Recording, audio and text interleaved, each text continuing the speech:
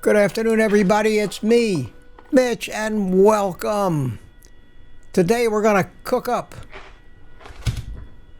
some grass-fed, grass-finished beef that I bought. We're going to sous vide it in this silicone bag, and we're going to see how it compares. We're going to see how it compares to the taste and texture of grain-fed beef. I bought a 2-pack of these grass-fed, grass-finished ribeyes, pre-packaged, pre-sealed. The guy there told me they fly off the shelves and everybody loves them, so I said, well, about $13.50 a pound. It's priced comparably to their normal grain-finished ribeye. Let me give them a shot. So I bought 2 of them, £1.25 total. Cost me about $16 and change, and it's pretty much one meal for me. One of these is not enough for a meal. I need to eat at least a pound of food in each of my 2 meals. So I decided, okay, let's try this. Never eaten grass-finished beef, but I've heard there's much less fat. Maybe it's got 5% more nutrients.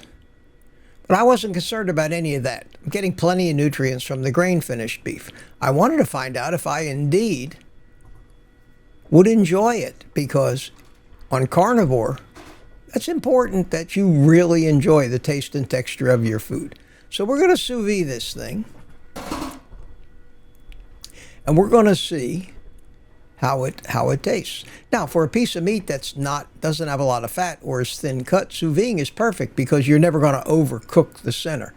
So we take this silicone sous vide bag and push it down in the water, leave the top of the bag hang out, and that creates a vacuum around the meat because the water pressure pushes out all the air. And we'll be back when it's done.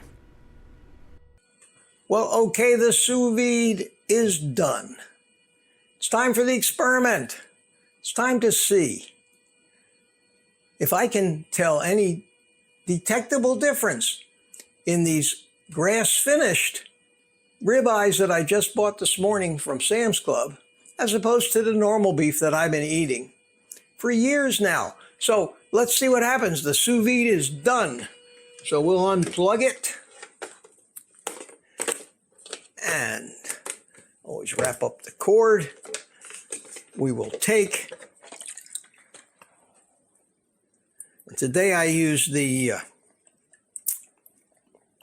silicone sous vide bag, and this works and still creates a vacuum because as you push it down into the water, it pushes the air out from around and it comes out the open end at the top. So that works fine. We'll put that out of the way. We'll get our carbon steel pan starting to heat up here. We'll turn that, and we will dry off our steak, or steaks today, because these individually wrapped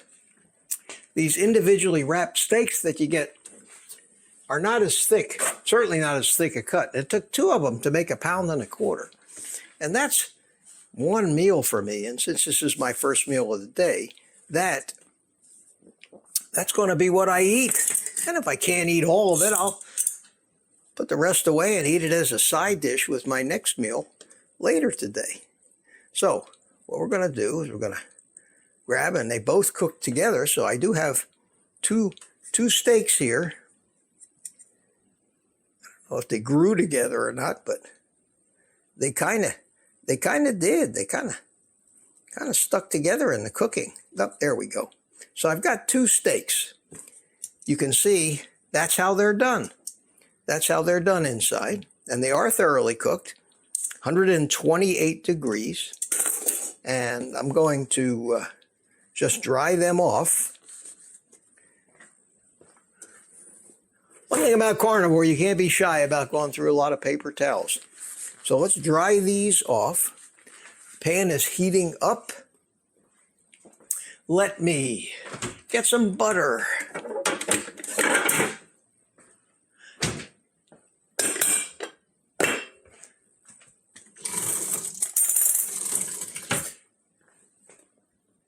Now, as a shameless plug, all of the the gadgets and things that I use in executing carnivore.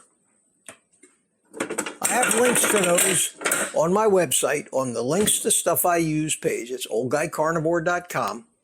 The carbon steel pan, and another tool that comes in very handy, and that's this infrared thermometer right here, and that lets me tell the temperature of the pan. Well, this about 275 degrees so far, so it's got a little ways to go. In the meantime, I haven't salted these steaks, so I will separate them. They look good. One thing you notice about, I think you really notice about grass-finished beef. Most beef is grass-fed. It's the last couple months where they feed it the grain, and it's the grain that causes the animal to get fat, and that's what causes the marbling that they use when they label a steak prime instead of choice or select. When they label a steak prime, you're probably never going to find any grass-finished beef. Grass-finished beef is going to tend to be leaner. So we're going to take these two steaks, and we're just going to give them a quick sear. Then I'm going to put them on my Primal fabulously authentic wooden cutting board plate. And we're going to give it a taste test. And I'm really going to spend some time trying to determine if I can, number one, taste any appreciable difference in the actual steak, and number two, do I actually like the taste if I do determine a difference? Do I like the taste better? And I have to turn the fan on, so pardon the noise. Do I like the taste better than I do the grain finished beef with marbled fat? I have a funny feeling I'm going to like, and I'm trying not to go into this with predisposed notions, but I think I'm going to like the grain finish better because it's the fat that adds the flavor. It's the fat that adds the flavor. Now, because these things have been sous vide, I don't have to worry about overcooking them. One is thicker than the other. But we're not going to keep them in this frying pan long enough to cook the insides any more than the medium rare that they are now. So it doesn't matter if it's a thick steak, a thin steak, makes no difference. You can't screw it up, or you won't screw it up if you use the sous vide method. And I have links to all the sous vide equipment as well as the silicone bags. If you either don't have a vacuum sealer, or you haven't pulled it out of the freezer already vacuum sealed, you can use one of these bags. You don't have to vacuum seal it before you cook it. And we're going to let these things go for a minute or so, minute and a half on each side. And that's it. It's a quick meal. Took me 2 minutes to get them into the sous vide. I came back about 2.5 hours later, pulled them out, and that's when you joined me here. So let's take a look at the first one. Oh yeah, that's got a nice sear on it. Now let's look at the second one. That's nice. And we'll let this go for a minute. And then they're done. That's it. I still consider this my favorite way to cook a steak, the most foolproof way to cook a steak, with almost no chance of overcooking it or undercooking it and have it come out too raw. But I think that's going to do it well enough for today. Let's take these steaks out, put them on my wooden plate, because there's just something, and it's hard to describe, but there's something kind of warrior-like or caveman-like about eating meat off of a cutting board or wooden plate using a big knife to cut it up. Now comes the fun part. This is the part that I've been looking forward to. So I'm going to take let me start with the thicker one here. And I'm going to just cut it right in half. And as you can see, it is still medium rare on the inside. I did not cook the inside nearly as much as you would have as if you were trying to just pan fry these things or barbecue them. Even the thin steak, as you can see, the thin steak is just as rare inside. That is the main benefit of using sous vide. So I'm going to cut myself a slice of this. And we're going to cut off a hunk. It's certainly juicy. And pardon the chewing and the inevitable lip smacking and slurping that goes along with it. And we're going to taste this.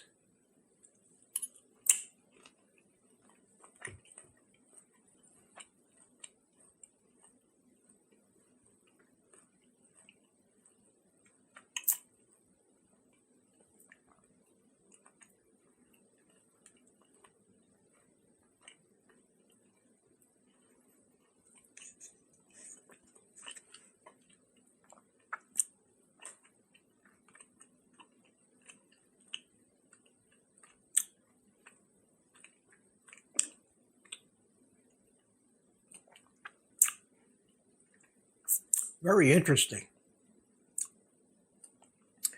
Very, very interesting. It's markedly different in both texture and flavor. It's not bad, it's good. It's still steak.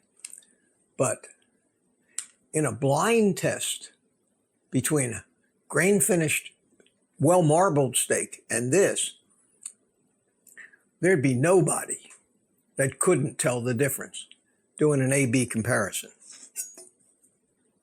So that's the answer to the first question. Is it different? Is it different? And the answer is absolutely no doubt about the fact that in texture and taste, this is markedly different. It's a little chewier.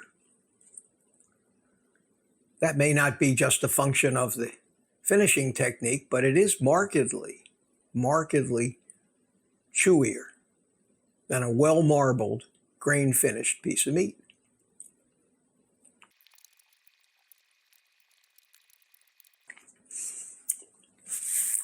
It's incredibly obvious that it doesn't have near the fat percentage that a normal grain-finished ribeye has.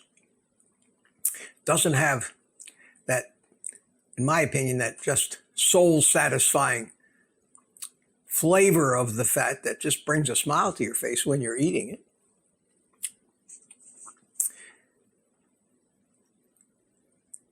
Probably more nutritious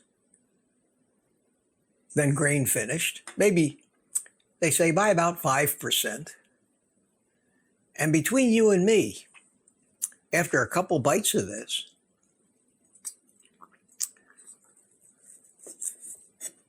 I'm not willing to change.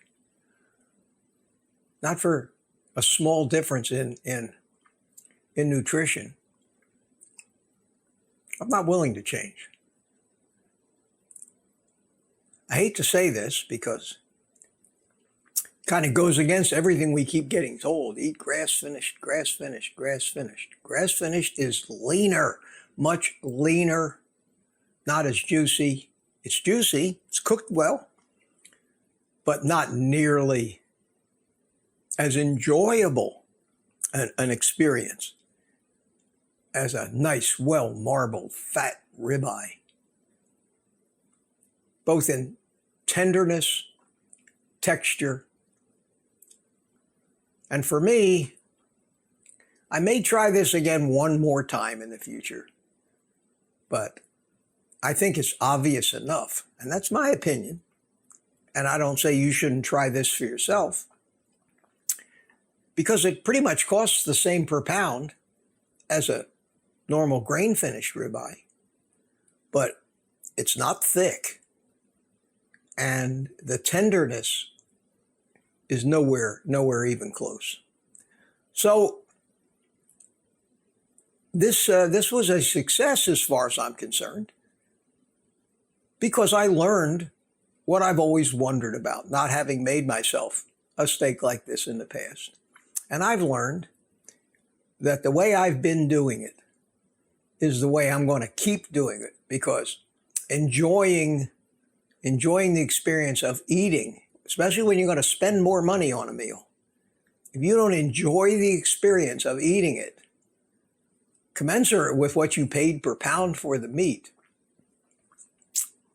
it's not worth it. Not for 5% difference in the amount of nutrients you might get. That's my opinion. Not that I'm not going to enjoy eating this. I'm going to eat as much of this as I want before I start to feel satiated. And that'll be my first meal of the day. Thanks. Thanks for watching this. If you've had experience with grass-finished versus grain-finished beef, I'd really be interested in reading your comments as to what you thought. Whether the experience and the tenderness and the flavor is worth it, or maybe you got better beef than I got. This was the best that Sam's Club had to offer. But I'd be interested in hearing your thoughts on this, and I'll consider all of them seriously. But for me, I don't think I'm going to be buying this again. I may try one of the filet mignons just to see, because the meat guy told me that they fly off the shelves. People are buying them like they're going out of style. So I may try the filet mignon. Maybe it'll be a little more tender. And since this eats like a lean piece of meat, maybe the filet is not much different than this. It's also $20 a pound. So that's another thing you got to consider. Thanks for watching. Thanks for watching and considering my opinion. And with that, my friends, take the rest of the day off and eat meat.